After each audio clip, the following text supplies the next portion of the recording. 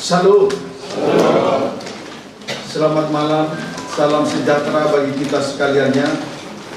Oleh karena kemurahan hati Tuhan, kita dimungkinkan untuk melangsungkan ibadah Natal Persekutuan Pengajaran Tabernakel Natal PPT 2018 tahun ini, 2018. Puji Tuhan, yang akan diselenggarakan selama 2 hari dan 2 sesi. Sesi pertama hari ini, malam ini, nanti sesi kedua besok di pagi hari. Puji Tuhan, biarlah kiranya ibadah ini betul-betul ibadah yang mengandung janji dan kuasa, baik untuk masa sekarang maupun untuk masa yang akan datang. Puji Tuhan, saya juga bersyukur, berterima kasih buat kehadiran rekan-rekanku sekalian, hamba-hamba Tuhan, para pemimpin-pemimpin rumah Tuhan, guru-guru di dalam kebenaran yang hadir bersama-sama, berfellowship, bersekutu bersama-sama dari berbagai denominasi dan dari berbagai daerah, semua karena kemurahan dari Tuhan. Kita berdoa supaya Tuhan kemurahan-Nya nyata atas kita. Biarlah kiranya Tuhan membukakan firman-Nya bagi kita sekaliannya. Puji Tuhan. Selamat datang bagi rekan-rekan hamba Tuhan yang datang dari Lampung, beberapa mobil, baik yang dari Jabodetabek, baik dari Tangerang, baik juga yang dari Bekasi, baik juga yang dari Parung, Bogor, Cinere, semuanya. Tuhanlah yang memberkati, Tuhan membalaskan berlipat-lipat ganda. Puji Tuhan. Haleluya. Puji Tuhan. Haleluya. Baik, kita berdoa bersama-sama supaya Tuhan menyatakan uluran tangan belas kasih-Nya bagi kita sekalian. Amin, saudaraku. Dan saya tidak merasa saya lebih daripada saudara, tetapi saya punya kerinduan. Bahkan kerinduan ini sudah menjadi beban di atas bahu saya, seperti Yusuf berada di Sikem. Dan saya tidak putus asa. Dan saya siap menerima resiko apapun yang terjadi, supaya pengajaran mempelai ini dia dapat dikobarkan dari timur sampai ke barat, supaya di atas segalanya nama Tuhan dipermuliakan. Ada suatu persekutuan yang indah. Kalau kita satu, nanti ujung-ujungnya sempurna. Tanpa kesatuan tidak ada kesempurnaan. Amin, saudaraku. Puji Tuhan. Saya juga bersyukur di tengah-tengah kita hadir Ketua Sinode dari Kebangkitan. Terima kasih Bapak Senaga. Tuhan memberkati. Dalam istilah bahasa lain, Eporus. Puji Tuhan, para pemimpin-pemimpin, gembala-gembala rumah Tuhan, Tuhan memberkati, Tuhan membalaskan berlipat-lipat ganda. Puji Tuhan. Haleluya. Puji Tuhan. Baik. Tema Natal di tahun ini, Natal kita di tahun ini adalah sesuai dengan apa yang sudah terpampang di hadapan kita, bahwa Yesuslah Mesias. Puji Tuhan, bahwa Yesuslah Mesias. Ini telah kami sampaikan dari Natal Sekolah Minggu, Pendidikan Agama Kristen, Pemuda Remaja, juga Natal 24, Malam Natal, dan Natal 25, juga persekutuan hamba-hamba Tuhan di Sumatera Utara tanggal 18 dan pagi sore, persekutuan hamba-hamba Tuhan di Paropo dan Toba Perapa pagi dan malam dan pagi. Dan tadi pagi baru tiba dari Sumatera Utara. Dan malam ini Tuhan beri kesempatan kembali kepada saya untuk bersama-sama bersekutu dengan rekan-rekanku, hamba-hamba Tuhan. Puji Tuhan. Haleluya. Puji Tuhan. Mari kita perhatikan firman Tuhan dengan segala kerendahan hati, dengan segala kelemah lembutan. Biarlah kiranya nanti firman itu berkuasa di dalam hati kita. Puji Tuhan. Baik, tidak mengapa, kita buka kembali Injil Yohanes pasal 20. Saya tidak lupa menyapa anak-anak Tuhan, umat Tuhan, hamba-hamba Tuhan yang sedang mengikuti pemberitaan firman Tuhan lewat live streaming, video internet, YouTube, Facebook, di dalam maupun luar negeri, dimanapun Anda berada. Tuhan kiranya memberkati kita bersama-sama. Puji Tuhan. Injil Yohanes pasal 20 ayat 31. Silakan Joshua. Demikianlah firman Tuhan. Saya minum dulu ya. Boleh ya? Haleluya. Puji Tuhan.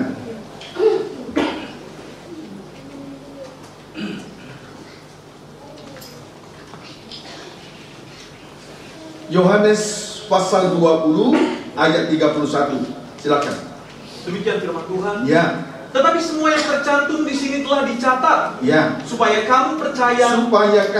Supaya kita terus bahwa Yesuslah Mesias. Ya. Anak Allah. Anak Allah. Dan supaya kamu oleh imanmu Ya. memperoleh hidup dalam namanya. Puji Tuhan. Supaya kita percaya bahwa Yesuslah Mesias. Hanya satu pemimpin, tidak ada yang lain, yaitu Mesias. Amin, saudaraku. Bahwa Yesuslah Mesias. Hanya satu pemimpin, tidak ada yang lain, yaitu Mesias. Kisah Rasul yang berkaitan dengan itu, kita langsung segera perhatikan Kisah Rasul 18. Kisah Rasul 18 ayat yang kelima terlebih dahulu, silakan. Demikian firman Tuhan. Ya. Paulus di Korintus. Ya. Ketika Silas dan Timotius datang dari Makedonia, Terus Paulus dengan sepenuhnya dapat memberitakan firman. ya, setelah Silas Timotius datang dari Makedonia, barulah Paulus dengan sepenuhnya dapat memberitakan firman. Berarti saling melengkapi. Tidak ada yang merasa lebih hebat. Amin, saudaraku. Terus Di mana ia memberi kesaksian kepada orang-orang Yahudi. memberi kesaksian kepada orang-orang Yahudi yang ada di Korintus. Terus Bahwa Yesus adalah Mesias. puji Tuhan. Rasul Paulus berkata kepada orang-orang Yahudi yang ada di Korintus bahwa Yesuslah Mesias. Amin, saudaraku. Di sini kita perhatikan Rasul Paulus meyakinkan orang-orang Yahudi yang ada di Korintus, dan dia berkata bahwa Yesus adalah Mesias. Haleluya. Puji Tuhan. Mari dalam kesempatan yang lain, ayat 28. Baca perikopnya. Apolos di Efesus. Silakan duduk. Ketua PD1 Gereja Pantekosta Tabernakel bersama Ibu, silakan. Puji Tuhan. Kisah Rasul 18 ayat 28 perikopnya.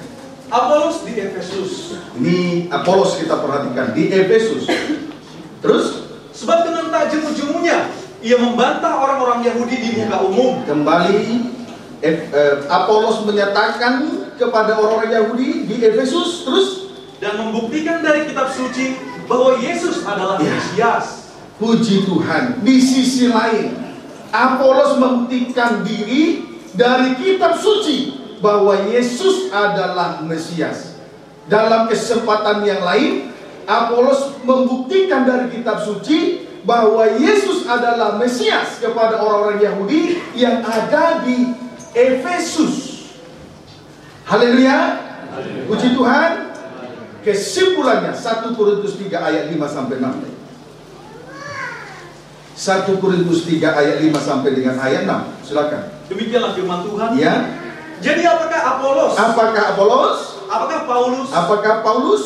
Pelayan-pelayan Tuhan yang olehnya kamu menjadi percaya. Jadi percaya bahwa Yesus adalah Mesias. Terus Masing-masing menurut jalan yang diberikan Tuhan kepadanya. sesuai dengan karunia dan jabatan Roh Kudus. Terus Aku menanam, aku menanam. Terus Apolos menyiram, menanam, Apolos menyiram. Terus tetapi Allah yang memberi pertumbuhan. puji Tuhan. Haleluya. Di dalam hal meyakinkan bahwa Yesus adalah Mesias kepada orang Yahudi, saudaraku, kesimpulannya Paulus berkata, aku menanam, Apolos menyiram. Haleluya.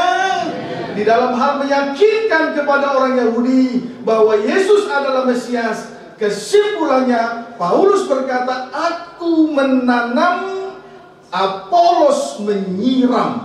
Haleluya. Puji Tuhan. Haleluya. Puji Tuhan. Pendeknya, Paulus dan Apolos hanyalah alat Tuhan, pelayan-pelayan Tuhan yang dipakai sesuai dengan karunia-karunia dan jabatan Roh El Kudus untuk meyakinkan orang-orang Yahudi, juga nanti bangsa kafir, bahwa Yesus adalah Mesias. Jadi mereka kerjasama. Nanti Paulus menanam, Apolos menyiram. Puji Tuhan. Baik. Tadi Paulus menanam, Apolos baik, tentang Paulus menanam. Kisah Rasul 18.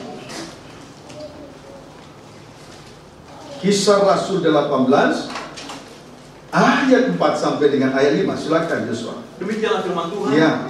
Dan setiap hari Sabat, hari perhentian, hari ketujuh, atau ibadah-ibadah, pertemuan ibadah. Terus Paulus berbicara dalam rumah ibadat, ya, dan berusaha meyakinkan orang-orang Yahudi ya, dan orang-orang Yunani. Yahudi dan bangsa kafir. Di luar Yahudi semua kafir.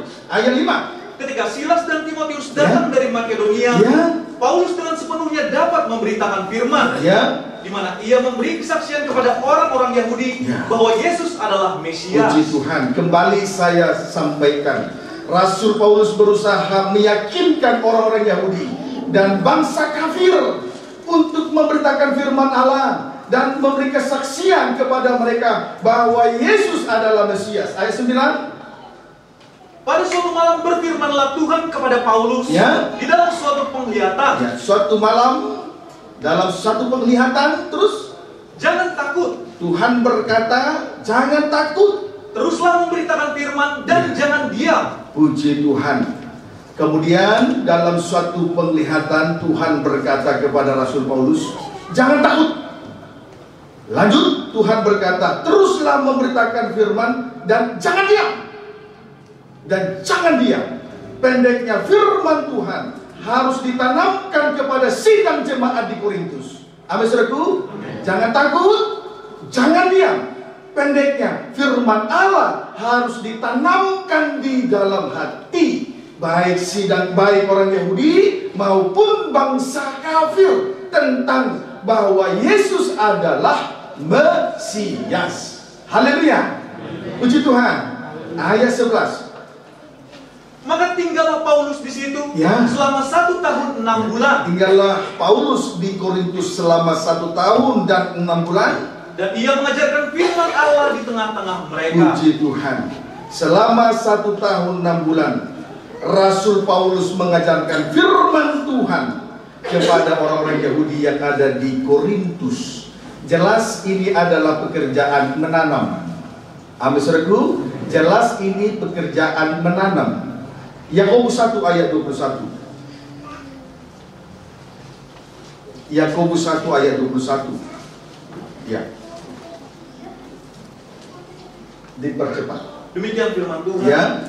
Sebab itu buanglah segala sesuatu yang kotor. Buang segala sesuatu yang kotor dan kejahatan yang begitu banyak kejahatan itu. Terus dan terimalah dengan lemah lembut. Terimalah lemah lembut. Firman yang tertanam di dalam hatimu. Firman yang tertanam di dalam hati. Terus yang berkuasa menyelamatkan jiwamu. Puji Tuhan. Haleluya. Firman itu memang harus tertanam di dalam hati. Pendeknya, firman itu memang harus tertanam di dalam hati. Sebab itu memang tugas dari Rasul Paulus. Menanam, Paulus menanam, Apolos memang firman itu harus tertanam di dalam hati. Tapi syaratnya supaya firman Tuhan tertanam di dalam hati ada 2. 1, membuang segala sesuatu yang kotor. 2, membuang segala jenis kejahatan. Jadi firman itu memang harus tertanam di dalam hati. Tapi syaratnya buang terlebih dahulu segala sesuatu yang kotor. 1, 2, buang segala kejahatan. Haleluya. Puji Tuhan. Sampai di sini bisa? Haleluya. Puji Tuhan. Baik, sejenak kita memperhatikan kotoran. Jadi syaratnya buang dulu segala sesuatu kotoran. Sejenak kita perhatikan tentang kotoran atau sampah. Filipi pasal 3.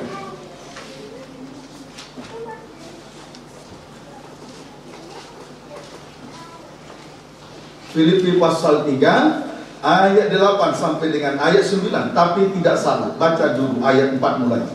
Ayat 3 pun boleh. Demikian firman Tuhan. Ayat 8 sampai 9, pembacaan dimulai ayat 3. Baca. Kebenaran yang sejati. Dipercepat. Karena kitalah orang-orang bersunat yang beribadah oleh Roh Allah. Beribadah karena pekerjaan roh, bukan keinginan daging. Kita bersekutu karena pekerjaan roh, bukan keinginan daging. Amin, saudaraku. Puji Tuhan. Terus.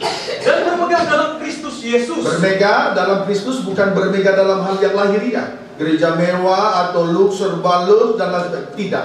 Tapi kita bermegah karena Yesus, dia Kristus, dia kepala, dia Mesias pemimpin. Terus. Dan tidak menaruh percaya pada hal-hal lahiriah. Ya, amin saudaraku. Amin. Haleluya. Ayat Pak. Sekalipun aku juga ada alasan untuk menaruh percaya pada hal-hal lahiriah. Ada alasan untuk bermegah dalam hal lahiriah. Terus, jika ada orang lain menyangka dapat menaruh percaya pada hal-hal lahiriah, aku lebih lagi. Aku lebih lagi. Ada alasannya. Kenapa dia berkata aku lebih lagi? Ini alasannya. Terus, disunat pada hari ke-8. 1. Dari bangsa Israel. 2. Dari suku Benyamin. 3. Orang Ibrani asli. 4. Tentang pendirian terhadap hukum Taurat, aku orang Farisi. 5. Tentang kegiatan, aku penganiaya jemaat. 6. Tentang kebenaran dalam mentaati hukum Taurat, aku tidak bercacat. Persis 7 kelebihan Tuhan Yesus di dalam Wahyu pasal 10. Haleluya. Dapat dipahami saudaraku? Terus ayat 7. Tetapi apa yang dahulu merupakan keuntungan bagiku, apa yang dahulu merupakan keuntungan bagiku, sekarang kuanggap rugi karena Kristus. Kuanggap rugi karena Kristus. Terus, malahan segala sesuatu kuanggap rugi, karena pengenalan akan Kristus Yesus Tuhanku lebih mulia dari semua yang lahiriah. Terus, oleh karena dialah aku telah melepaskan semuanya itu, melepaskan semua perkara lahiriah di atas muka bumi ini. Terus, dan menganggapnya sampah alias kotoran. Terus, supaya aku memperoleh Kristus. Ayat 9.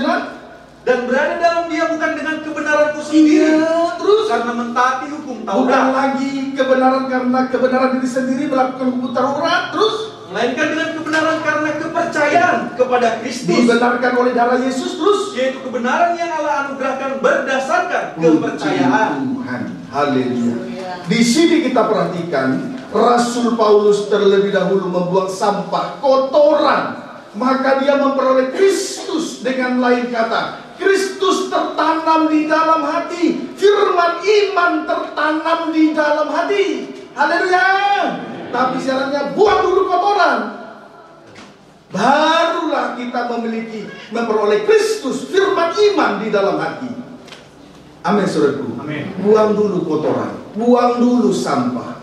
Tapi jangan buang sampah sembarang tempat sampah. Jangan buang sembarang sampah ya. Amin saudaraku. Jangan sampai lihat pendeta itu memang, gereja itu memang, pelayanannya memang, itu buang sampah sembarangan. Buang sampah pada tempatnya. Haleluya. Puji Tuhan. Haleluya. Buang dulu sampah, segala sesuatu kotoran, supaya firman Kristus, firman iman tertanam di dalam hati. Haleluya. Puji Tuhan. Baik, sekarang tentang jenis kejahatan.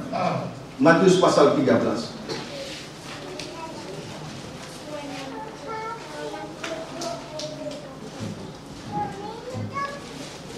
Injil Matius pasal 13 ayat 19 sampai dengan ayat 22. Baca. Demikian firman Tuhan. Ya, baca ayat 18 mulai. Perumpamaan tentang seorang penabur. Ya. Karena itu dengarlah arti perumpamaan penabur itu. Ya. Kepada setiap orang yang mendengar firman tentang kerajaan sorga, tetapi tidak mengertinya, datanglah si jahat dan merampas yang ditaburkan dalam hati orang itu. Ya. Itulah benih yang ditaburkan di pinggir jalan. Puji Tuhan. Terus. Benih yang ditaburkan di tanah yang berbatu-batu ialah orang yang mendengar firman itu, mendengar firman, terus, dan segera menerimanya dengan gembira. Senang dia dengar firman, terus, tetapi ia tidak berakal dan tahan sebentar saja. Karena tanah itu tipis, tanah itu berbatu-batu, jadi tidak berakal. Terus, apabila datang penindasan atau penganiayaan karena firman itu, sengsara salib, terus, orang itu pun segera murtad. Ayat 22. Yang ditaburkan di tengah semak duri ialah orang yang mendengar firman itu, terus, lalu kekhawatiran dunia ini dan tipu daya kekayaan menghimpit firman itu sehingga tidak berbuah. Puji Tuhan. Saudaraku, beberapa jenis kejahatan di sini yang harus dibuang supaya firman itu tertanam. Dimulai dari benih yang ditaburkan di pinggir jalan, itu menuju kepada orang bodoh. Mendengar firman tapi tidak sampai mengerti, itu orang bodoh. Amin saudaraku. Amin. Kemudian tanah berbatu-batu, itu menuju kepada kekerasan hati. Orang keras hati tanahnya tindus, tidak lembut. Puji Tuhan. Yang ketiga, tanah yang ditumbuhi onak dan duri, itu menunjuk kekhawatiran.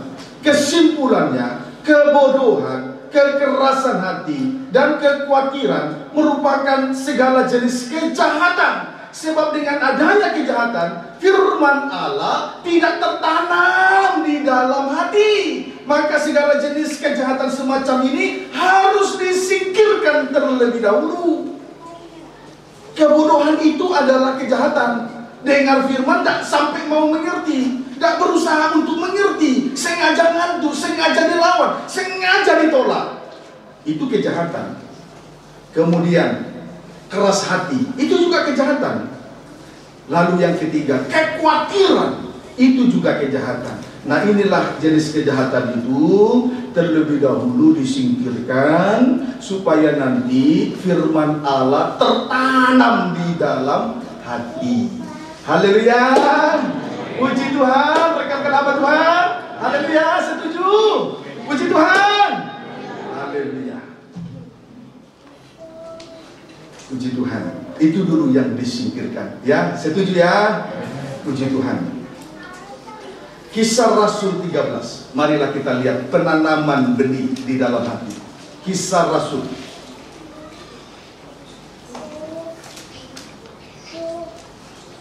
Kisah Rasul 13 ayat 17 sampai 22, baca. 17 sampai 22 supaya tahu kita historisnya. Baca mulai ayat 13. Demikianlah firman Tuhan. Ya. Ke Antioquia di Pisidia. Ya, silakan. Lalu Paulus dan kawan-kawannya meninggalkan Pafos dan berlayar ke Perga di Pamfilia. Tetapi Yohanes meninggalkan mereka lalu kembali ke Yerusalem. Terus dari Perga mereka melanjutkan perjalanan mereka, lalu tiba di Antioquia di Pisidia. Terus pada hari Sabat mereka pergi ke rumah ibadat, lalu duduk di situ. Setiap hari Sabat harus berhenti dari segala kegiatan. Amin, saudaraku, setuju ya? Terus ayat 15. Setelah selesai pembacaan dari hukum Taurat dan kitab nabi-nabi, pejabat-pejabat rumah Tuhan, pemimpin rumah Tuhan, guru-guru di dalam rumah Tuhan, terus menyuruh bertanya kepada mereka. Ya, bertanya kepada Paul, terus saudara-saudara, jikalau saudara-saudara ada pesan untuk membangun dan menghibur umat ini. Ada yang mau dipesan, ada pesan, ada penghiburan, ada yang membangun, ada nasihat. Terus silahkanlah. Terus maka bangkitlah Paulus. Dia memberi isyarat dengan tangannya, lalu berkata, memberi isyarat. Haleluya. Haleluya. Puji Tuhan. Terus, hai orang-orang Israel dan kamu, rekan-rekanku hamba Tuhan. Terus, dan kamu yang takut akan Allah, dengarkanlah apa Yosua? Allah umat Israel ini telah memilih nenek moyang kita dan membuat umat itu menjadi besar. Ini penanaman terus. Ketika mereka tinggal di Mesir sebagai orang asing. Terus dengan tangannya yang luhur, ia telah memimpin mereka keluar dari negeri itu. Terus 40 tahun lamanya dia sabar terhadap tingkah laku mereka di padang gurun. Yang pertama 17-18, yang kedua 19-20. Dan setelah membinasakan 7 bangsa di tanah Kanaan, ia membagi-bagikan tanah itu kepada mereka untuk menjadi warisan mereka. Terus selama kira-kira 450 tahun. Sudah itu ia memberikan mereka hakim-hakim sampai pada zaman Nabi Samuel. Yang ketiga 21-22 ditambah 23. Terus kemudian mereka meminta seorang raja. Dan Allah memberikan kepada mereka Saul bin Kis dari suku Benyamin. 40 tahun lamanya. Terus setelah Saul disingkirkan, Allah mengangkat Daud menjadi raja mereka. Tentang Daud Allah telah menyatakan, aku telah mendapat Daud bin Isai, seorang yang berkenan di hatiku. Terus dan yang melakukan segala kehendakku. 23. Terus dari keturunan Raja Saul, Raja Daud, nanti ada Raja tunas Daud. Terus dan dari keturunannya lah, sesuai dengan yang telah dijanjikannya, Allah telah membangkitkan juru selamat bagi orang Israel, yaitu Yesus. Puji Tuhan. Haleluya.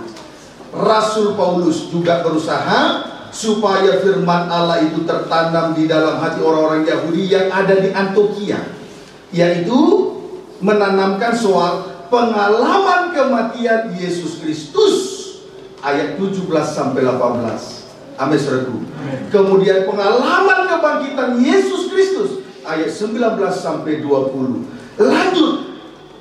Kemudian Yesus Kristus, kemuliaan Yesus Kristus, itu yang ditanamkan oleh Rasul Paulus di dalam hati orang-orang Yahudi, yaitu pengalaman kematian, kemudian pengalaman kebangkitan, lalu selanjutnya dipermuliakan. Ini yang harus ditanamkan di dalam hati. Sebab pokok dasar dari kebenaran mati dan bangkit, tidak ada lagi yang lain. Itu merupakan kasih Allah. Haleluya. Pokok kebenaran orang Kristen mati dan bangkit. Tidak ada yang lain, bukan soal yang lahiriah. Nah, itu yang ditanamkan. Firman semacam ini harus ditanamkan di dalam hati. Selanjutnya nanti dipermuliakan. Haleluya. Puji Tuhan. Haleluya. Puji Tuhan. Haleluya. Ini yang harus ditanamkan, mati dan bangkit. Sebab itu merupakan kasih Allah, bukan soal yang lahiriah. Darah daging tidak mewarisi kerajaan surga, saudara. Kiranya dapat dipahami dengan baik. 27-29. Sebab penduduk Yerusalem dan pemimpin-pemimpinnya tidak mengakui Yesus. Terus dan menjatuhkan hukuman mati atas dia. Mereka menggenapi perkataan nabi-nabi yang dibacakan setiap hari Sabat. Terus dan meskipun mereka tidak menemukan sesuatu yang dapat menjadi alasan untuk hukuman mati itu, namun mereka telah meminta kepada Pilatus supaya ia dibunuh. Ayat 29. Dan setelah mereka menggenapi segala sesuatu yang ada tertulis tentang dia, mereka menurunkan dia dari kayu salib, lalu membaringkannya di dalam kubur. Puji Tuhan. Kesimpulannya, ini merupakan kasih karunia. Amin, saudaraku. Pokok kebenaran yang tertanam di dalam hati kita masing-masing, itu merupakan kasih karunia Allah bagi kita sekalian. Itu kasih karunia. Kalau firman Allah tertanam di dalam hati, terkhusus soal pokok kebenaran, itu merupakan kasih karunia. Haleluya. Puji Tuhan. Baik. Itulah sedikit tentang Apolos menanam. Amin, saudaraku.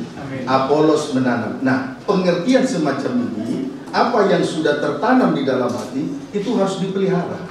Maka selanjutnya bagian Apolos menyiram. Apolos menyiram. Tadi Paulus menanam. Apa yang sudah tertanam di dalam hati, selanjutnya harus disiram. Apolos menyiram. Haleluya. Puji Tuhan. Baik. Tentang Apolos menyiram, Kisah Rasul 18. Kisah Rasul 18 ayat 24 sampai 26. Demikian firman Tuhan. Baca. Apolos di Efesus. Sementara itu datanglah ke Efesus seorang Yahudi bernama Apolos, yang berasal dari Alexandria. Ia seorang yang fasih berbicara, dan sangat mahir dalam soal-soal kitab suci. Memang hamba Tuhan harus fasih bicara. Jadi biasakan fasih bicara soal kematian kebangkitan Yesus Kristus. Biasakan fasih bicara soal kasih karunia. Jangan terlalu berlebihan di dalam berseloroh-seloroh. Boleh bercanda tapi jangan berlebihan di dalam berseloroh. Nanti tidak fasih di dalam menyampaikan kitab suci. Boleh bercanda tapi jangan fasih berseloroh. Fasihlah dalam menyampaikan kitab suci, mati dan bangkit. Amin, saudaraku. Memang hamba Tuhan harus fasih bicara dalam hal kitab suci. Maka saya selalu jaga. Bercanda boleh, jangan sampai saya fasih berseloroh. Kalau saya sudah fasih di dalam satu, nanti yang satu lain tidak mungkin itu. Maka saya lebih baik fasih di dalam hal menyampaikan firman Tuhan. Selain fasih, juga mahir dalam soal kitab suci. Secara khusus kita lihat Apolos 25 terus. Ia telah menerima pengajaran dalam jalan Tuhan. Terus dengan bersemangat ia berbicara, dan dengan teliti ia mengajar tentang Yesus. Ya, dengan semangat, dengan teliti, diteliti firman Tuhan untuk mengajar sidang jemaat terus. Tetapi ia hanya mengetahui baptisan Yohanes. Haleluya. Terus ia mulai mengajar dengan berani di rumah ibadat. Tetapi setelah Priscilla dan Aquila mendengarnya, mereka membawa dia ke rumah mereka. Dan dengan teliti menjelaskan kepadanya jalan Allah. Perhatikan ayat 24. Dijelaskan bahwa Apolos sangat mahir dalam soal kitab suci. Di ayat 25 dijelaskan bahwa Apolos telah menerima pengajaran dalam jalan Tuhan, terkhusus tentang baptisan Yohanes. Jadi betul, Paulus menanam, Apolos menyiram. Haleluya, puji Tuhan. Jadi sinkron. Apa yang dinyatakan di dalam Kisah Rasul 18 ayat 24 sampai 26 sinkron dengan 1 Korintus 3 ayat 5 dan 6. Paulus menanam, Apolos menyiram. Apa yang sudah tertanam tidak boleh dibiarkan, harus selanjutnya disiram. Sebab itu ini bagian daripada Apolos. Dia mahir tentang baptisan Yohanes, mahir tentang penyiraman dari benih yang sudah ditanam. Jangan sampai benih tertanam dan disiram. Bahaya. Beresiko tinggi. Inilah tanggung jawab kita, rekan-rekanku, pemimpin-pemimpin, guru-guru dalam kebenaran di dalam rumah Tuhan. Haleluya. Jangan sembarangan di dalam menanam dan menyiram. Jangan sembarangan. Haleluya. Puji Tuhan. Haleluya. Biar sedikit, tapi dia akan bertumbuh nanti. Sebab itu tidak boleh sembarangan. Biar satu jiwa, tapi harus tertanam dan disiram dengan baik. Nanti pertumbuhannya itu luar biasa. Biar bisa Tuhan pakai satu orang untuk mendukung ibadah pelayanan. Satu orang saja bisa. Asal jelas penanaman, jelas penyiraman. Tidak usah ragu rekan-rekanku, hamba Tuhan. Haleluya. Kami ini bukan sidang jemaat besar, sidang jemaat kecil. Tapi rupa-rupanya Tuhan percayakan kami persekutuan semacam ini di berbagai-bagai daerah. Bukan karena saya hebat, tetapi jelas dalam hal penanaman dan penyiraman itu harus diperhatikan dengan sungguh-sungguh. Tidak boleh sembarangan percayakan mimbar ini. Satu orang bertumbuh bisa dipakai Tuhan di dalam kegerakan Roh Kudus hujan akhir ini. Haleluya. Puji Tuhan, setuju. Biar dalam kesempatan ini kita dikairahkan kembali di dalam melayani Tuhan. Kita butuh pengalaman yang senior, kita butuh juga pengalaman junior. Kita satukan senior dan junior kuat kita dalam hal menanam dan menyiram. Haleluya. Puji Tuhan. Haleluya. Baik, tadi Apolos mengetahui, dia hanya mengetahui baptisan Yohanes. Jadi sesuai sinkron dengan 1 Korintus 3 ayat 5 sampai 6, Paulus menanam, Apolos menyiram. Saudaraku, dalam Injil Injil Matius pasal 3, semua mengetahui, rekan-rekan hamba Tuhan, Injil Matius pasal 3 dibagi atas dua bagian. 1 ayat 1 sampai dengan ayat 12, Yohanes membaptis penduduk dari Yerusalem, dari seluruh Yudea dan dari seluruh daerah di sekitar Yordan. 2 ayat 13 sampai 17, Yohanes juga membaptis Yesus Kristus, anak Allah yang dikasihi. Amin, saudaraku. Itu dulu. Lebih jauh tentang baptisan. Roma 6 ayat 3 sampai 6. Roma 6 ayat 3 sampai 6. Silakan. Demikianlah firman Tuhan. Ya. Mati dan bangkit dengan Kristus. Ya. Atau tidak tahukah kamu bahwa kita semua yang telah dibaptis dalam Kristus, terus telah dibaptis dalam kematiannya. Nah, baptisan Kristus, baptisan kematian. Terus dengan demikian kita telah dikuburkan bersama-sama dengan Dia oleh baptisan dalam kematian. Kalau mati dikubur ya, amin saudaraku. Jangan setengah mati. Kalau setengah mati bau, nanti masuk gereja lain bau, masuk ke tempat lain bau. Itu setengah mati. Kalau mati lanjut dikubur supaya jangan bau. Kasihan orang lain bau-bauan. Haleluya. Puji Tuhan. Kalau sudah mati langsung dikubur ya. Amin, saudaraku. Puji Tuhan. Terus supaya sama seperti Kristus telah dibangkitkan dari antara orang mati, sudah pasti hari ketiga bangkit. Tidak mungkin enggak. Terus oleh kemuliaan Bapa, ya, demikian juga kita akan hidup dalam hidup yang baru. Kelima, sebab jika kita telah menjadi satu dengan apa yang sama dengan kematiannya, kalau kita satu dengan kematian Yesus, terus kita juga akan menjadi satu dengan apa yang sama dengan kebangkitannya. Itu sudah satu paket, tidak terpisahkan lagi itu. Terus karena kita tahu bahwa manusia lama kita telah turut disalibkan, ya, supaya tubuh dosa kita hilang kuasanya, ya, agar jangan kita lagi menghambakan diri lagi kepada dosa. Puji Tuhan. Kesimpulannya, baptisan air adalah tanda dalam pengalaman kematian dan tanda di dalam pengalaman kebangkitan Yesus Kristus. Kalau kita satu di dalam kematiannya, maka otomatis kita juga satu di dalam kebangkitannya. Amin, saudaraku. Saat ini kita puji Tuhan, oleh kemurahan Tuhan kita berada dalam suasana kebangkitan.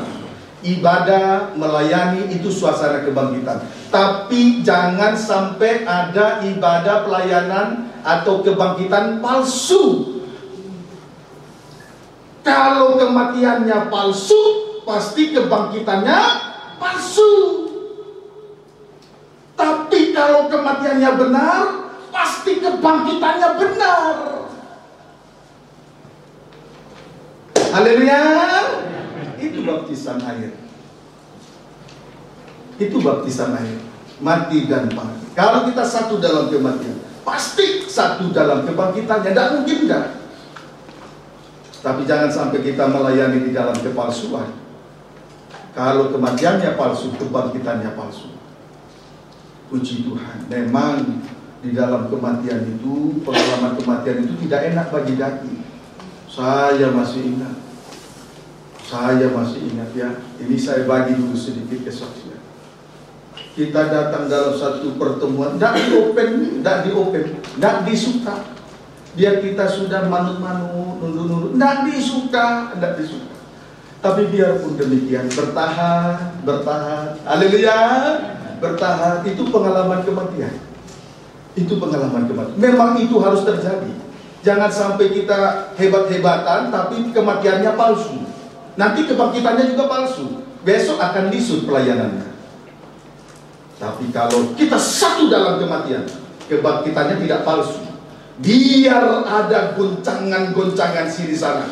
Karena penanamannya benar, penyiramannya benar, sidang jemaat, penggembalaan tidak bisa digoncang oleh apapun. Amin, saudaraku.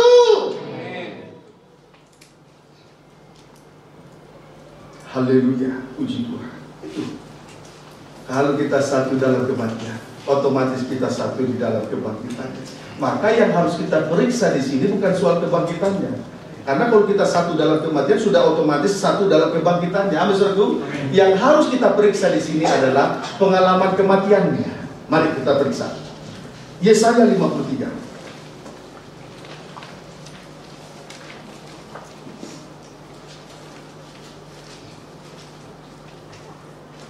Ayat 7. Demikian firman Tuhan, ya.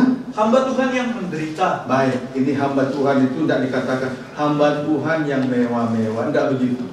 Hamba Tuhan, pemimpin rumah Tuhan, pikul sah. Itu tidak bisa dielakkan, saudaraku. Ayat 7. Dia dianiaya, ya. Tetapi dia membiarkan diri ditindas, ya. Dan tidak membuka mulutnya. Tidak buka mulut. Terus seperti anak domba yang dibawa ke pembantaian, ya. Seperti induk domba yang keluh di depan orang-orang yang menggunting bulunya. Anak domba dibawa ke pembantaian, mulut tidak terbuka. Dibantai, mulut tidak terbuka. Kemudian induk domba keluh di depan orang yang menggunting bulunya. Dia tidak membuka mulutnya. Juga tidak membuka mulutnya. Saudaraku, perhatikanlah. Di dalam aniaya, tetapi ia membiarkan diri ditindas, tidak membuka mulutnya. Itu pengalaman kematian. Teraniaya, menderita, tapi tidak bersungut-sungut. Mulut tidak terbuka, tidak bersungut-sungut. Itu pengalaman kematian. Tetapi di dalam aniaya, di dalam sengsara, kita banyak kali mengkomentar-komentar. Komentar ini, komentar itu. Ada lagi yang lebih parah. Saat dia memikul salib, banyak kali bersungut-sungut. Itu bukan kematian. kematian. Biar melayani, itu bukan kebangkitan benar, itu palsu. Tapi saat teraniaya, tetap mulut tidak terbuka, itu pengalaman kematian yang benar. Haleluya, puji Tuhan. Itu yang benar. Jadi jangan bawa-bawa kebenaran manusia di dalam melayani pekerjaan Tuhan. Bawa kebenaran dari surga turun ke bumi. Haleluya, puji Tuhan. Kiranya dapat dipahami dengan baik. Saudaraku, lanjut kita tulis. Pengalaman kematian digambarkan dengan dua hal. Pengalaman kematian tadi digambarkan dengan dua hal. Satu, seperti anak domba dibawa ke pembantaian, namun tetap tidak membuka mulut. Dua, seperti induk domba yang keluh di depan orang yang menggunting bulunya, namun tetap dia tidak membuka mulutnya. Itu pengalaman kematian. Kalau kejahatan dibalas dengan kejahatan, itu bukan pengalaman kematian, itu kebenaran hukum Taurat. Mata ganti mata, gigi ganti gigi. Amin, saudaraku. Amin. Puji Tuhan. Itu gambaran dari pengalaman kematian. Seperti anak domba di bawah pembantaian, seperti induk domba keluh mulutnya di depan orang yang menggunting bulunya, dia tetap tidak membuka mulut. Baik, kesimpulannya dari pengalaman kematian atau mulut tidak terbuka, satu, terjadi pembantaian. Dua, terjadi pengguntingan bulu.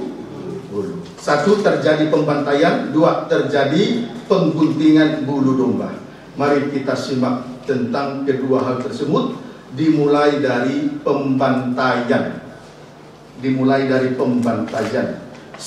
Korintus pasal yang kelima.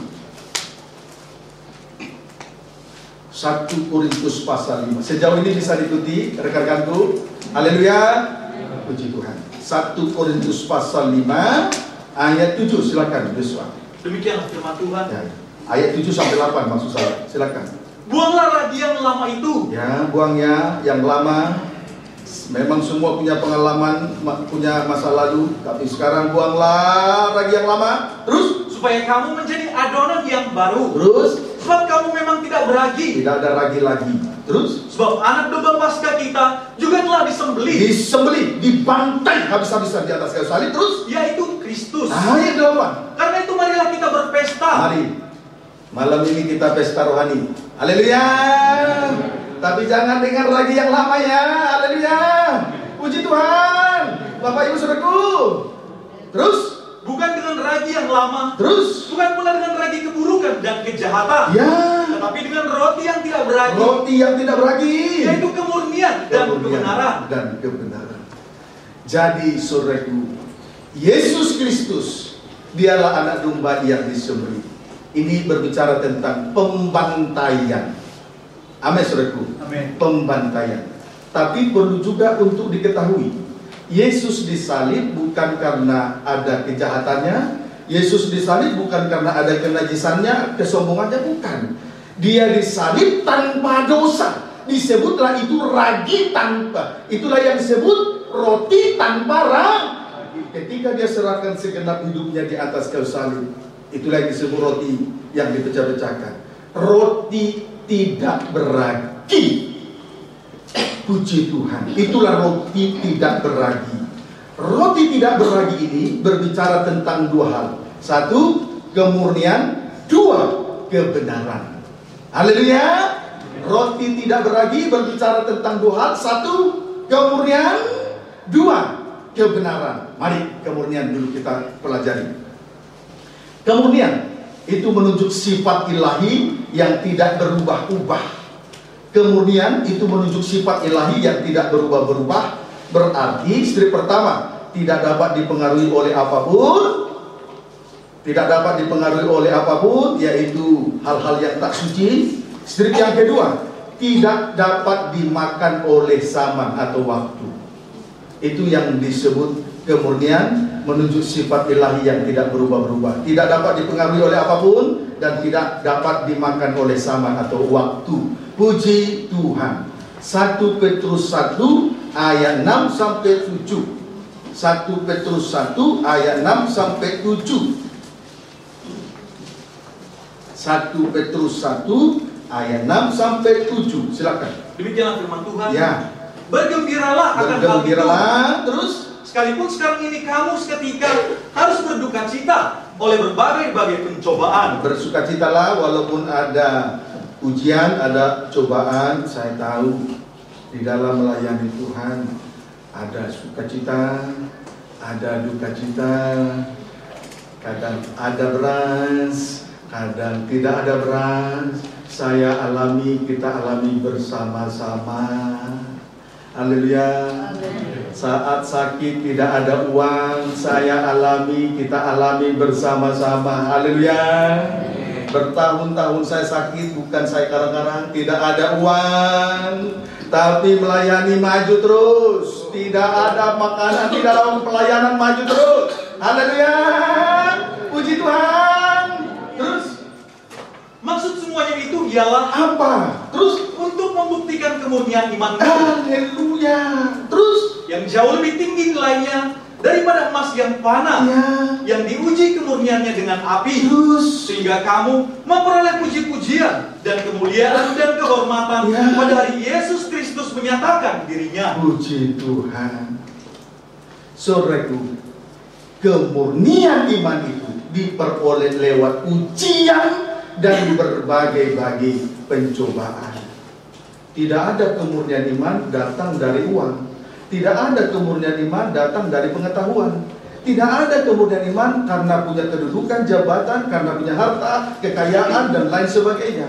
Kemurnian iman diperoleh setiap pemimpin-pemimpin, guru-guru di dalam rumah Tuhan, imam-imam, sidang jemaat, umat Tuhan, datangnya lewat sengsara, salib, ujian, pencobaan. Ingat itu, bukan dari pengetahuan, bukan karena pandai-pandainya manusia, bukan. Kemurnian iman diperoleh setiap orang, datangnya lewat ujian dan berbagai pencobaan. Pencobaan yang satu belum selesai, datang pencobaan yang kedua. Pencobaan yang kedua belum selesai, datang pencobaan yang ketiga, silih berganti. Tapi maksud semuanya itu adalah untuk memurnikan iman, supaya kita memiliki kemurnian iman. Haleluya. Ini harus disiram terus. Yang sudah ditanam oleh Paulus disiram terus, ya, saudaraku. Harus disiram terus. Harus disiram terus. Pengertian seperti ini harus disiram terus. Kemurnian iman yang semacam ini lebih tinggi nilainya dari emas fana, dari harta kekayaan apapun. Itu yang membuat kita bernilai tinggi, bukan karena emas fana yang ada di jari ini. Yang membuat kita menjadi bernilai tinggi adalah kemurnian iman itu, bukan kelebihan kita. Dapat dipahami, saudaraku? Haleluya. Puji Tuhan. Mazmur 12 lebih jauh. Itu kemurnian dari emas. Sekarang kemurnian dari perak. Mazmur 12 ayat 7. Demikianlah firman Tuhan. Sebentar.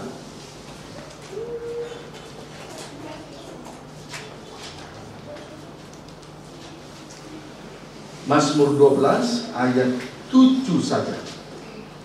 Ya, silakan. Demikianlah firman Tuhan. Ya. Janji Tuhan adalah janji yang murni. Firman itu murni. Amin.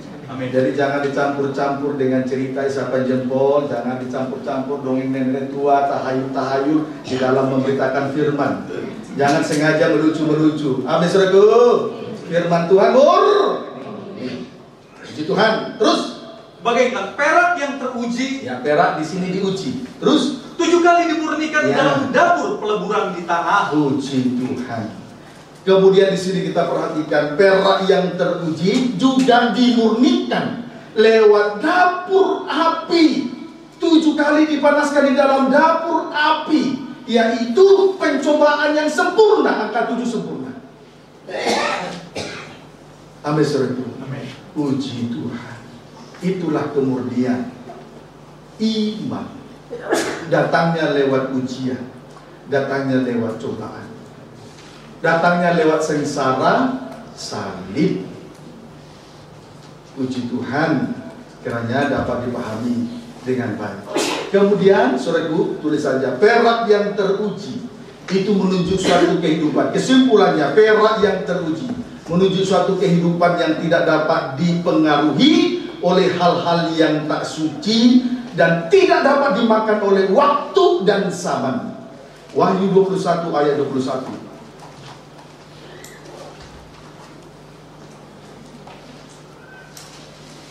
Wahyu 21 ayat 21. Silakan. Demikian firman Tuhan. Wahyu 21 ayat 21. Silakan. Yerusalem yang baru. Yerusalem yang baru. Nanti biarlah kiranya kita kelak masuk di dalam Yerusalem yang baru. Haleluya. Puji Tuhan. Itu sasaran akhir kita. Kita saat ini ada di Yerusalem, tapi kelak biarlah kita ada di Yerusalem yang baru bersama dengan Dia. Amin, saudaraku. Jangan tinggalkan Yerusalem. Haleluya. Susah senang tetap mengalami penyiraman. Haleluya. Puji Tuhan. Ayat 21. Dan ke-12 pintu gerbang itu ada 12 mutiara. Mutiara yang indah itu diperoleh lewat sengsara. Amin, saudaraku. Masukkan dulu satu benda keras ke dalam kerang yang disalibkan, dipores, disalib. Baru nanti proses salib itu menghasilkan suatu mutiara yang indah. Ya, haleluya. Terus setiap pintu gerbang terdiri dari satu mutiara. Satu mutiara. Kita datang sekarang di pintu gerbang Tuhan. Terus dan jalan-jalan kota itu, perhatikan, jalan-jalan kota Yerusalem baru itu dari emas murni. Emas murni, bagaikan kaca bening. Iya. Jalan-jalan kota Yerusalem baru itu dari emas murni, bagaikan kaca bening. Haleluya. Biarlah kita selama mengikuti Tuhan, mengiringi Tuhan, berjalan bersama dengan Dia di dalam kemurnian iman. Kemurnian iman itu digambarkan seperti kaca bening. Kaca bening dari luar dapat dilihat ke dalam. Kalau kaca buram, hidupnya buram, suram, dari luar susah dilihat hatinya. Kaca bening itu dari luar dapat dilihat oleh Tuhan segenap hati kita. Haleluya. Haleluya. Puji Tuhan. Itu kaca bening. Tetapi tidak dapat dimasuki oleh sesuatu yang jahat, yang buruk, yang tidak baik, dan tidak dapat dimakan waktu. Karena apa? Ada kaca bening. Itulah kemurnian ini. Ayo sana yuk, gak usah ibadah, kita cari uang sana ini. Itu bukan kemurnian. Dari kaca bening ini Tuhan dapat melihat kedalaman hati. Puji Tuhan. Tapi juga tidak bisa dipengaruhi, dimasuki sesuatu yang tidak suci di dalam hati. Karena apa? Ada kaca bening, yaitu kemurnian ini. Kemurnian ini. Haleluya. Puji Tuhan. Haleluya. Itu tentang kemurnian. Haleluya. Puji Tuhan. Saya kira sangat jelas, tidak sulit untuk dimengerti. Sekarang kebenaran masih terkait dengan pembantaian roti tidak beragi, berbicara tentang kemurnian. Sekarang kebenaran. Injil Yohanes 18.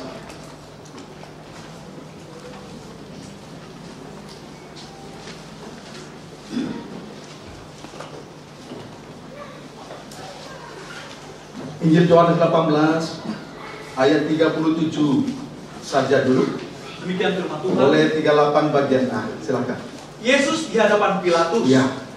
Maka kata Pilatus kepadanya, jadi engkau adalah raja? Engkau adalah raja. Sebentar dulu.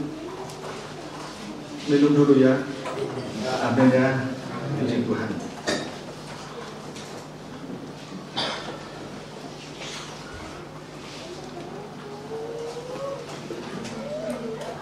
Saya bahagia, kurang lebih 3 minggu ini saya tidurnya kalau diakumulasikan, dirata-ratakan barangkali 1 jam, 2 jam, 3 minggu ini. Tapi Tuhan beri kekuatan ekstra. Haleluya.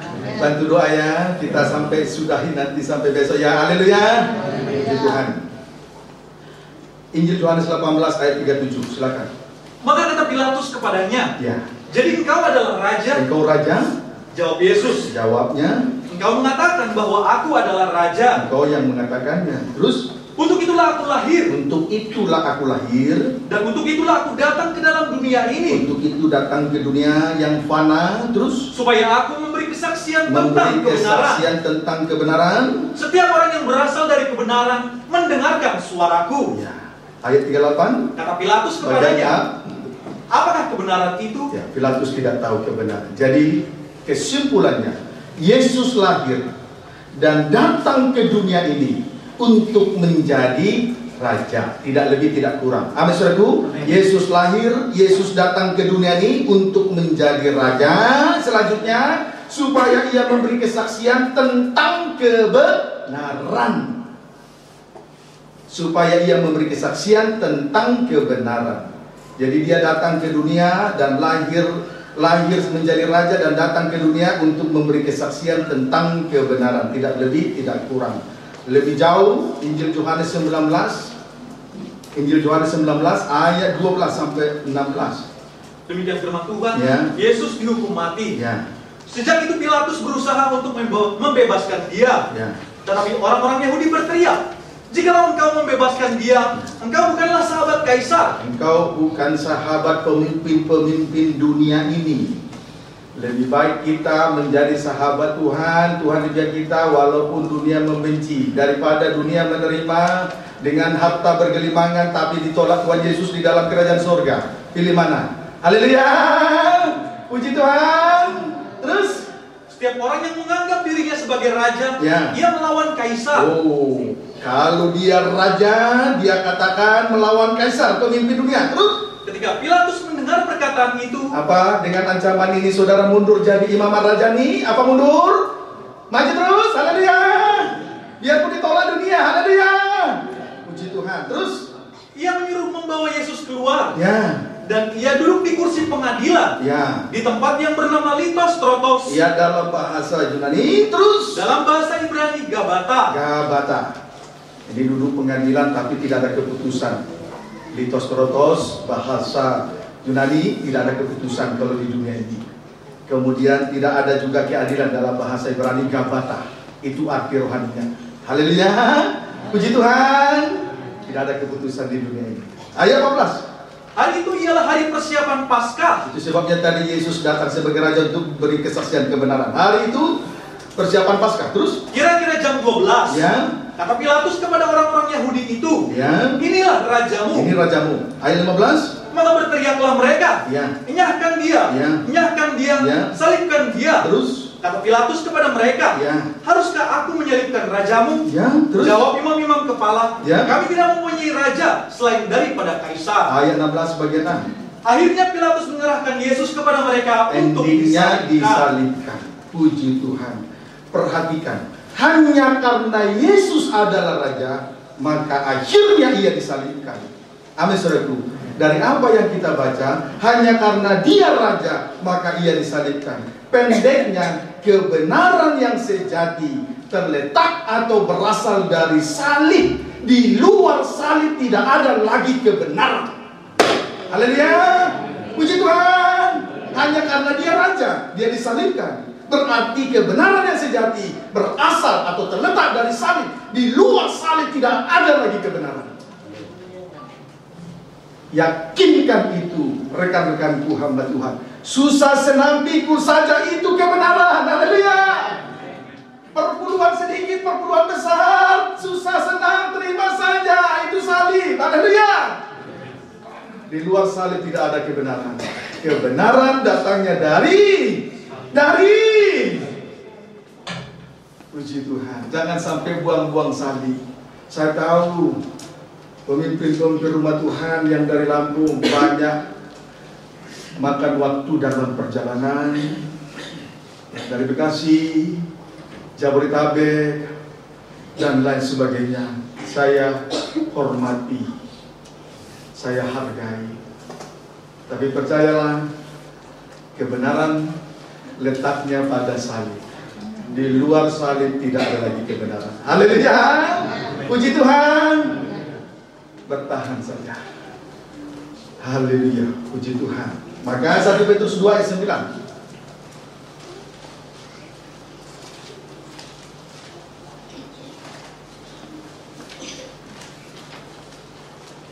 Silakan.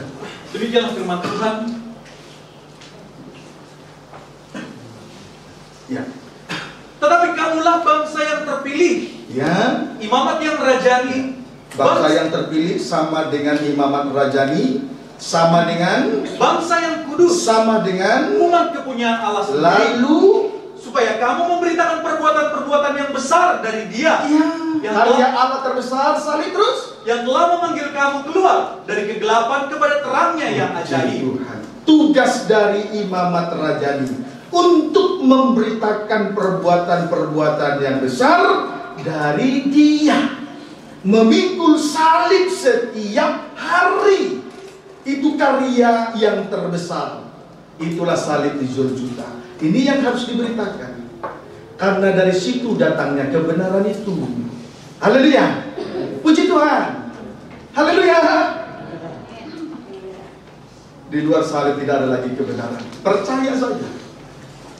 Maka kalau memang saya dan Anda imamat rajani, ayo beritakanlah salib itu bersama-sama. Ayo kita bergandengan tangan, beritakan salib, perbuatan Allah terbesar, karya Allah di Golgota. Beritakan itu, sebab kita semua imamat rajani. Suatu kedudukan yang sangat tinggi dan istimewa untuk memerintah sebagai raja di bumi, supaya terlepas dari perhambaan dosa. Memerintah sebagai raja di bumi. Imamat rajani memerintah di atas bumi, terlepas dari perhambaan dosa. Karena salib sumbernya kebenaran. Haleluya. Jadi kita ternyata, kalau saya perhatikan dari apa yang saya sampaikan ini, ternyata kita tidak boleh pandai-pandai dalam melayani Tuhan, tidak boleh main akal-akalan. Baik di dalam nikah rumah tangga, baik dalam beribadah, baik dalam melayani, tidak boleh main akal-akalan. Kebenaran tetap datang dari salib. Haleluya. Puji Tuhan. Haleluya.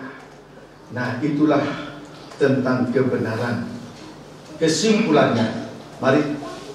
Kesimpulannya, Yesus adalah Raja, tetapi Ia harus disalibkan untuk memberi kesaksian tentang kebenaran itu.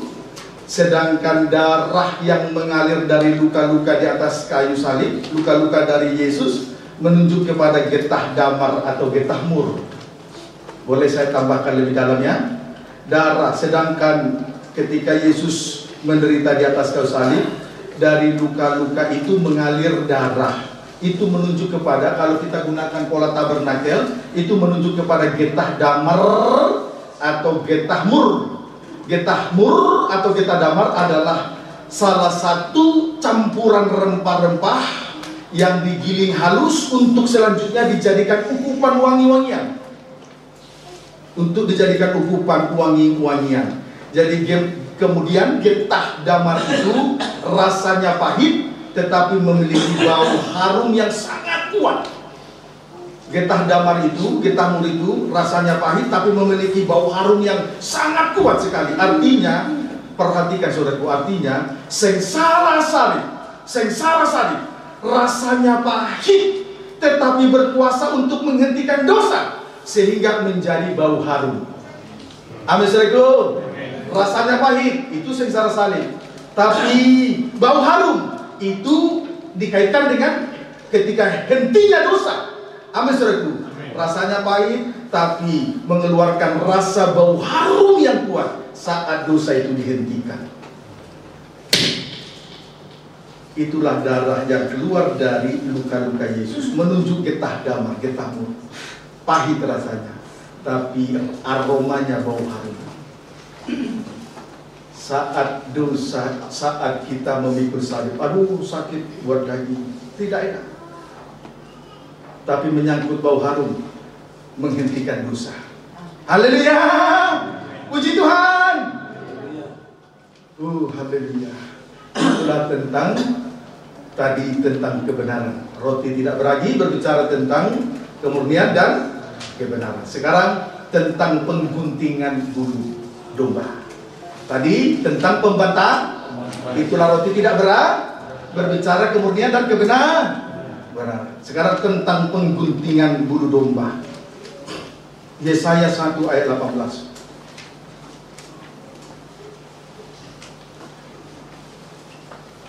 Yesaya 1 ayat 18. Baca. Demikianlah firman Tuhan. Ya. Marilah. Boleh baca 17. Belajarlah berbuat baik. Ya. Belajar berbuat baik. Kita belajar terus ya. Biar saya hamba Tuhan tetap harus belajar berbuat baik. Amin saudaraku. Amin. Tidak perlu hitung-hitungan di dalam melayani itu. Haleluya. Kami bukan gereja besar, tapi saya mau belajar berbuat baik. Apa yang saya terima dari Tuhan saya harus sampaikan. Saya harus bagi-bagi, saya harus berikan. Terus usahakanlah keadilan. Adil, jangan curang. Terus kendalikanlah orang kejam. Ya, terus belalah hak anak-anak yatim. Ya, yang tidak punya gembala. Terus perjuangkanlah perkara janda-janda. Janda-janda tidak menempatkan Kristus sebagai kepala. Ayat 18. Marilah, ya. Baiklah kita berperkara. Ya. Firman Tuhan. Nah, kalau kita berperkara sesuai firman-Nya, jangan berperkara sesuai dengan kebenaran sendiri ya. Haleluya. Terus sekalipun dosamu merah seperti kirmizi, dosa merah seperti kirmizi akan menjadi putih seperti salju. Putih seperti salju. Selanjutnya terus sekalipun berwarna merah seperti kain kesumba, merah seperti kain kesumba, akan menjadi putih seperti bulu domba. Akan menjadi putih seperti bulu domba. Kesimpulannya, bulu domba ini menyangkut pengampunan dosa. Dari merah jadi putih. Menyangkut pengampunan dosa. Berarti bulu domba menunjuk kasih Allah. Berarti bulu domba ada menunjuk kepada kasih Allah. Kegunaan kasih itu menutupi dosa. Amin saudaraku. Tadi dosa merah, tapi setelah diampuni jadi putih. Berarti bulu domba itu menyangkut pengampunan dosa. Jadi bulu domba menunjuk kasih Allah. Kolose 3 ayat 12 sampai 13. Kolose 3. Kolose 3 ayat 12 sampai 13. Terlebih dahulu baca. Demikianlah firman Tuhan. Ya. Manusia baru. Ya. Karena itu sebagai orang-orang pilihan Allah. Pilihan itu imamat rajani. Terus yang dikuduskan dan dikasihinya. Bangsa yang kudus, pemimpin rumah Tuhan, guru-guru kebenaran. Terus dan dikasihinya. Ya. Kenakanlah belas kasihan. Pakai belas kasihan. Kemurahan. Pakai kemurahan 2. Kerendahan hati. Pakai kerendahan hati 3. Kelemah lembutan. Pakai kelemah lembutan 4. Dan kesabaran. Pakai kesabaran 5. Ayat 13. Sabarlah kamu seorang terhadap yang lain. Selanjutnya dari kesabaran ini, sabar seorang terhadap yang lain. Terus dan ampunilah seorang akan yang lain. Ampuni seorang akan yang lain. Terus apabila yang seorang menaruh dendam, merasa berbuat jahat, berbuat kejam, dendam dan lain sebagainya. Terus sama seperti Tuhan telah mengampuni kamu, ya. Kamu berbuat jugalah demikian. Puji Tuhan. Manusia baru itu adalah orang-orang pilihan, bangsa yang dikuduskan dan dikasihinya dalam tanda. Perhatikan, imamat rajani, pemimpin rumah Tuhan harus di dalam 5 tanda. 1, mengenakan belas kasih. 2, mengenakan kemurahan. 3, mengenakan kerendahan hati. 4, mengenakan kelemah lembutan. 5, mengenakan kesabaran. Selanjutnya, kesabaran ini tadi kita sudah baca. Ulangi baca ayat 13. Sabarlah kamu seorang terhadap yang lain, ya. Dan ampunilah seorang akan yang lain apabila yang seorang menaruh dendam terhadap yang lain. Selanjutnya kesabaran ini tersambung langsung dengan mengampuni orang yang bersalah. Haleluya. Amin saudaraku. Jadi kesabaran tersambung langsung dengan pengampunan. Mengampuni orang bersalah, mengampuni orang dendam, mengampuni orang yang berbuat zolim. Itu imamat rajani. Itu bangsa yang kudus, umat pilihan Allah, pemimpin-pemimpin rumah Tuhan. Mengenakan 5 hal. Yang terakhir kesabaran. Karena kesabaran itu tersambung langsung dengan pengampunan. Tidak ada orang yang mengampuni kalau dia tidak sabar. Dia mengampuni karena dia punya kesabaran. Haleluya. Puji Tuhan. Bukan kode ya batunya ya. Memang batu. Puji Tuhan. Haleluya. Jangan dulu saya dihentikan ya. Jangan dulu dihentikan firman-Nya. Amin saudaraku. Kita cari puncak ibadah adalah bukan artis menari-menari, bukan. Firman Tuhan, Yesus Kristus firman Tuhan, itu nomor 1. Jadi jangan dulu dikasih kode-kode ke saya ya, amin saudaraku. Kalau batu, biarlah batu beneran. Tapi jangan itu kode-kode buat saya. Tetap saya lanjutkan firman Tuhan. Karena kita butuh firman Tuhan. Amin saudaraku. Kita tak pernah ke rumah Tuhan. Amin saudaraku. Haleluya. Kiranya dapat dipahami dengan baik. Baik, itu jadi kesabaran itu tersambung langsung dengan pengampun. Tidak ada orang yang mengampuni kalau dia tidak sabar. Kiranya dapat dipahami dengan baik. Ayat 14. Dan di atas semuanya itu, di atas semuanya itu, kenakanlah kasih. Nah inilah kasih itu. 5 luka Yesus, 5 luka utama itu kasih Allah. Kesimpulannya, kenakanlah kasih. Terus sebagai pengikat, yang mempersatukan, sebagai pemersatu dan menyempurnakan. Iya. Jadi 5 luka utama tadi, 5 hal tadi itu kasih Allah. Sebab itu kita gunakan, kita kenakan kasih itu sebagai pemersatu. Setelah kita disatukan satu dengan yang lain oleh karena pengampunan, baru sempurna. Kalau tidak ada kesatuan, tidak mungkin sempurna. Suami istri pun kalau tidak satu, tidak mungkin suami istri sempurna. Gembala dengan sidang jemaat kalau tidak bersatu, tidak mungkin sempurna. Anggota tubuh yang beda-beda yang banyak ini kalau tidak satu, tidak mungkin sempurna. Manusia seganteng apa kalau tidak ada hidungnya, tidak sempurna.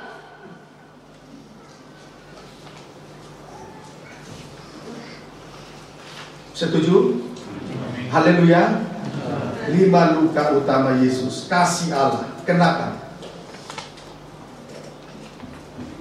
sebagai pemersatu dan nanti kita sempurna. Kiranya dapat dipahami dengan baik. 1 Korintus 12 ayat 12.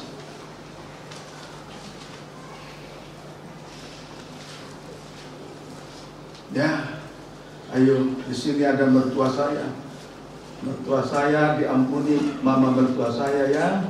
Saya juga harus ampuni istri saya. Saya minta juga istri saya harus ampuni. Karena kami memang harus bersatu. Supaya anak kami sempurna, sidang jemaat anak rohani kami sempurna. Dimulai dari kami satu. Dimulai dari pemimpin rumah Tuhan satu. Supaya semua sempurna. Haleluya. Dimulai 5 luka utama kasih Allah. Kenakanlah itu. Pemersatu. Lalu sempurna. Puji Tuhan. 1 Korintus 12 ayat 12. Demikian firman Tuhan. Baik, lihat ya. Ini yang harus kita siram loh ya. Setelah ditanam, mati bangkit, itu pokok kebenaran. Mati bangkit itu kasih karunia. Tidak boleh dibiarkan, harus disiram. Ayat 12. Banyak anggota tetapi satu tubuh. Ya. Karena sama seperti tubuh itu satu. Ya. Dan anggota-anggotanya banyak. Ya, banyak. Ada hidung, ada mata, ada telinga, ada tangan, kaki, dan lain sebagainya. Terus? Dan segala anggota itu, ya, sekalipun banyak, terus merupakan satu tubuh. Kalau satu tubuh, terus? Demikian pula Kristus. Puji Tuhan. Kalau anggota tubuh sudah satu, maka menunjukkan bahwa Kristus kepala, Mesias. Hanya satu pemimpin, yaitu Mesias. Kalau kita satu, baru kita mengakui hanya satu pemimpin, yaitu Mesias. Haleluya. Kalau kita tidak satu, jangan katakan Kristus satu. Masih banyak Mesias lain, pemimpin lain, kelompok lain. Kelompok sana diikuti, kelompok sini tidak diikuti. Itu Mesias palsu. Ajaran yang salah. Tetapi mari kita buktikan hanya satu pemimpin, yaitu Mesias. Satu dengan yang lain. Dimulai di rumah tangga sampai kepada penggembalaan, antar kandang penggembalaan, antar denominasi gereja, dan kafir dan Israel bersatu. Haleluya. Kafir dan Israel bersatu, sempurna. Barulah Kristus kepala. Hanya satu pemimpin, yaitu Mesias, meletakkan kepalanya pada tubuhnya, tubuh yang sempurna. Haleluya. Puji Tuhan. Ayo singkirkan egosentris. Kiranya dapat dipahami dengan baik. Saya bersyukur kita sudah disiram ya. Kita dibaptis menjadi satu tubuh, membuktikan bahwa Kristus sah. Ayo, Apa yang sudah ditanam oleh Paul, ayo disiram oleh supaya satu. Jadi firman itu sinkron. Tidak boleh asal main comot. Dikira ayat itu kelihatan hebat, dikembangkan, tapi tidak sinkron dengan yang lain. Puji Tuhan. Kiranya dapat dipahami dengan baik. Haleluya. Kita akui hanya satu pemimpin, yaitu Mesih. Karena satu sempurna. Ayat 13. Sebab dalam satu roh kita semua, baik orang Yahudi maupun orang Yunani, bangsa kafir, terus baik budak maupun orang merdeka, telah dibaptis menjadi dibaptis, disiram, Apolos menyiram, terus dan kita semua diberi minum dari satu roh. Puji Tuhan. Kita telah dibaptis menjadi satu tubuh. Setelah dibaptis menjadi satu tubuh, tangan kaki bersatu, mulut hidung telinga yang lain bersatu. Selanjutnya lah baru kita diberi minum dari roh yang satu yang sama. Sehingga sekalipun karunia berbeda, jabatan berbeda, saling melengkapi. Haleluya. Puji Tuhan. Tidak boleh egois lagi. Saya kira jelas, tidak boleh dibantah lagi kebenaran. Memang kita harus disiram kok. Apolos menyiram.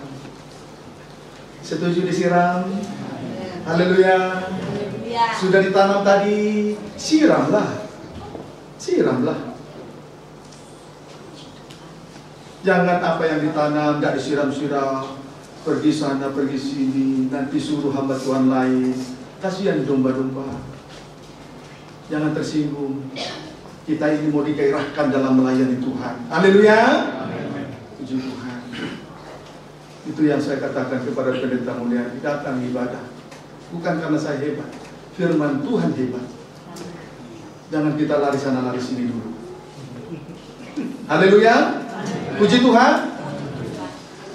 Kiranya dapat dipahami. Saya mengasihi rekan-rekanku, bukan hanya pendeta Mulyadi. Itu angkatan saya, sekolah kita.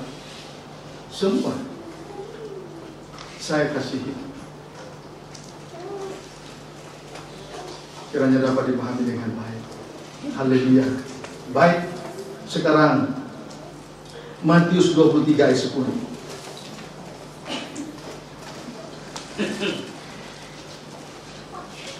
Matius 23 ayat 10. Baca.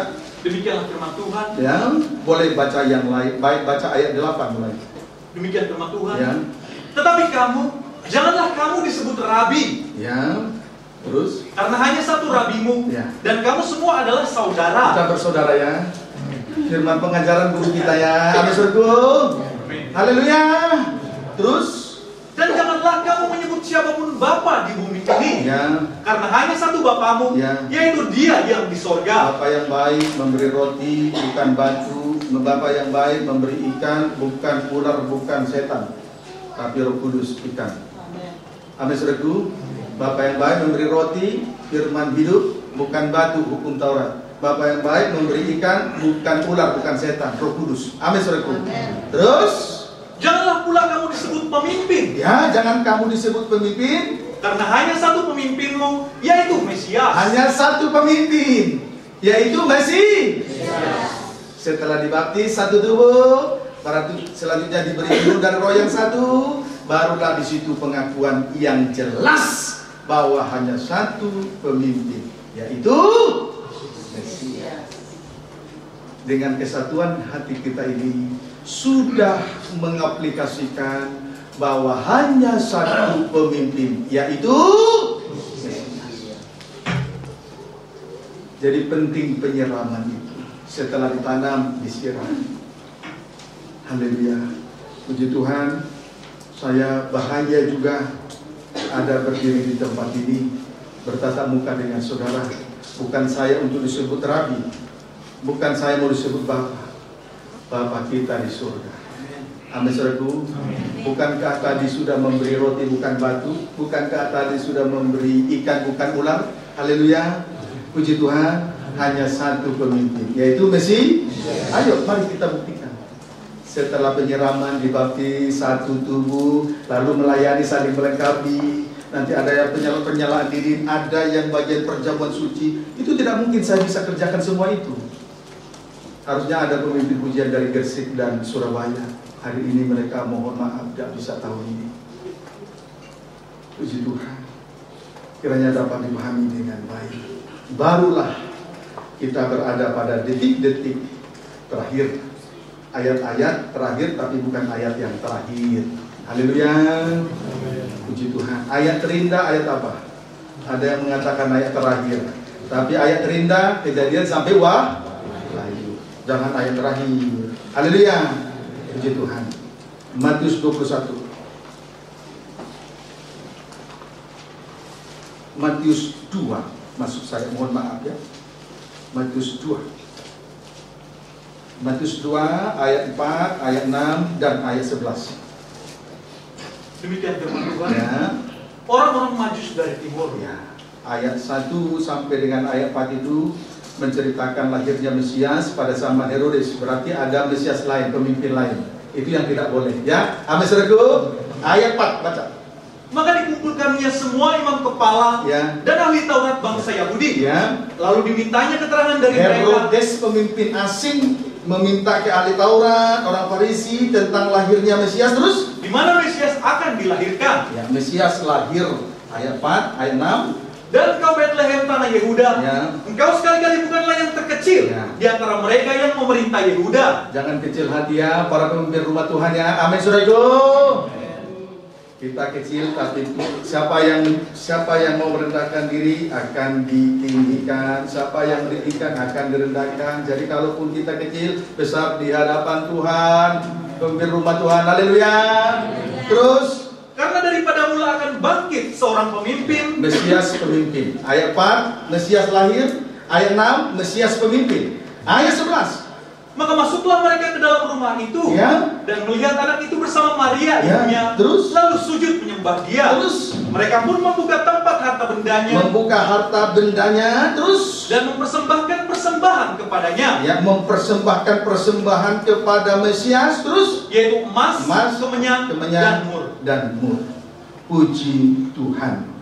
Di sini kita perhatikan pada ayat 4 Mesias dilahirkan. Ayat 6, Mesias ternyata adalah pemimpin. Lalu Mesias yang adalah pemimpin ini, yang dilahirkan di Betlehem, kepadanya orang Majus mempersembahkan 3 perkara, yaitu 1, emas menunjuk kemurnian. 1, emas menunjuk kemurnian. 2, mur menunjuk kebenaran. Getah mur, getah damar menunjuk kebenaran. Lalu yang ketiga, kemenyan menunjuk kasih. Haleluya. Puji Tuhan.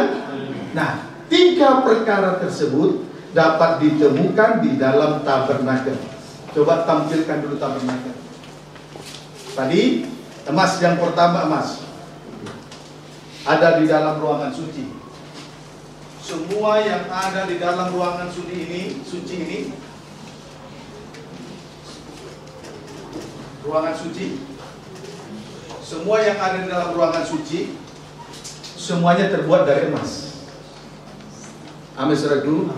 Pelita emas terbuat dari 1 talenta emas, meja roti kayu penaga tapi sudah dilapisi dengan emas, maupun misbah dengan dupa emas di atasnya juga terbuat dari kayu penaga, sudah dilapisi dengan emas, termasuk papan-papan jenangnya juga terbuat dari emas, dilapisi dengan emas. Papan dari kayu penaga dilapisi dengan emas. Puji Tuhan. Haleluya. Jadi emas itu ada dalam ruangan suci, tapi akhirnya juga sampai kepada ruangan maha suci. Nanti akhirnya sampai kepada ruangan maha suci. Demikian juga mur dan kemenyan adalah campuran rempah-rempah yang digiling halus untuk selanjutnya dijadikan sebagai ukupan wangi-wangian atau dupa harum. Juga ada di dalam ruangan suci sesuai dengan apa yang dilihat oleh Musa di dalam tabernakel.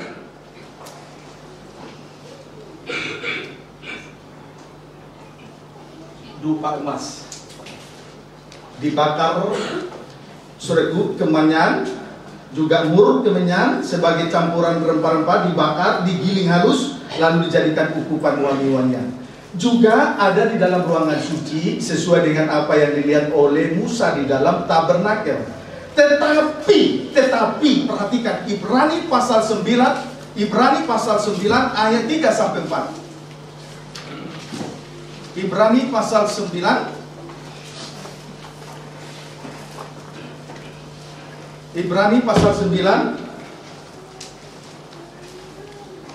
ayat 3 sampai 4. Boleh baca ayat 2 mulai. Demikian firman Tuhan. Ya. Tempat kudus di bumi dan di sorga. Terus, sebab ada dipersiapkan suatu kemah, yaitu bagian yang paling depan. ya. Dan di situ terdapat kaki dian, meja dengan roti sajian. Ya. Bagian ini disebut tempat yang kudus. Ruangan suci. Ada meja roti dan kaki dian emas. Meja roti dan kaki dian emas. Mana yang kita tabernakel? Meja roti dan pelita emas. Puji Tuhan. Itu sesuai dengan apa yang dilihat oleh Musa di dalam tabernakel. Tetapi ayat 3 baca. Di belakang tirai yang kedua, Ya. terdapat suatu kemah lagi. Terdapat suatu kemah lagi Yang disebut tempat yang maha kudus. sebut tempat ruangan maha suci. Terus, Di situ terdapat mezbah pembakaran ukupan dari emas. terima kasih. Tetapi pada akhirnya mezbah pembakaran ukupan akhirnya ada di ruangan maha suci. Sesuai dengan apa yang dilihat oleh Rasul Paul ketika dia diangkat ke tingkat yang ketiga dari surga yang disebut dengan Firdaus. Lalu dituliskan. Tetapi bukan berarti apa yang dilihat oleh Musa dengan apa yang dilihat oleh Paulus bertolak belakang. Itu merupakan suatu tanda bahwa kalau kita menjadi misbah dupa besar di bumi, hidup di dalam doa penyembahan yang benar di bumi, kita mur di satu rempah-rempah campuran dan kemenyan dicampur, digiling halus, maka satu kaki ada di atas di dalam ruangan maha suci, di dalam kerajaan surga. Amin. Kalau kita hidup dalam doa penyembahan yang besar, ketamur digiling halus, campuran rempah-rempah, kemenyan juga campuran rempah-rempah digiling halus, itu yang akan membawa kita masuk ke dalam ruangan maha suci, berada di dalam kerajaan surga. Walaupun kita ada di bumi, tapi satu kaki ada di dalam kerajaan surga. Saya yakin berkata dengan demikian. Maka lihat, dunia ini sudah tidak lama lagi akan berakhir. Kalau kita tidak sungguh-sungguh di dalam doa penyembahan yang benar, maka kita akan habis, digulung habis dengan tsunami. Sesuai dengan Wahyu pasal yang ke-6, 12 sampai 14. Ini loh yang harus menjadi tanggung jawab kita sebagai pemimpin-pemimpin di dalam rumah Tuhan. Kiranya dapat dipahami dengan baik. Amin, saudaraku. Jadi kesimpulannya, 3 perkara tersebut akan mengangkat kehidupan kita untuk berada dalam kerajaan surga seperti Henokh, Musa, dan Elia. Amin, saudaraku. Emas itu gambaran daripada kehidupan Henokh, sebab ia murni, pure, bergaul dengan Allah, terangkat. Haleluya. Tadi emas ada di ruangan suci, tetapi pada akhirnya ada dalam ruangan maha suci. Haleluya. Kemudian mur adalah gambaran dari kehidupan Musa yang telah memimpin bangsa Israel melewati laut Tiberau, mati dan bangkit. Itu menuju pengalaman kematian dan kebangkitan. Kematian adalah rasa pahit, tetapi 3 hari kemudian dibangkitkan menjadi bau harum. Jadi mur itu menuju kepada kehidupan Musa yang juga sudah diangkat ke surga. Lalu kemenyan adalah gambaran dari Elia. Dia memiliki kuasa yang luar biasa. Kasih Allah itu kuasa, kemenyan kasih, kuasa Allah. Dan akhirnya juga naik, terangkat ke surga. Jadi dari penanaman sampai penyiraman ini sungguh luar biasa. Dari penanaman sampai penyiraman, nanti kita akan buka hati kita, mengeluarkan perbendaharaan kekayaan yang sudah tertanam di dalam hati kita untuk mempersembahkan emas, mur, dan kemenyan. Tadi adalah emas itu adalah roti tidak beragi, kemurnian. Juga mur itu adalah roti tidak beragi, menuju kepada kebenaran. Barulah bulu domba yang digunting itu menuju kepada kasih Allah.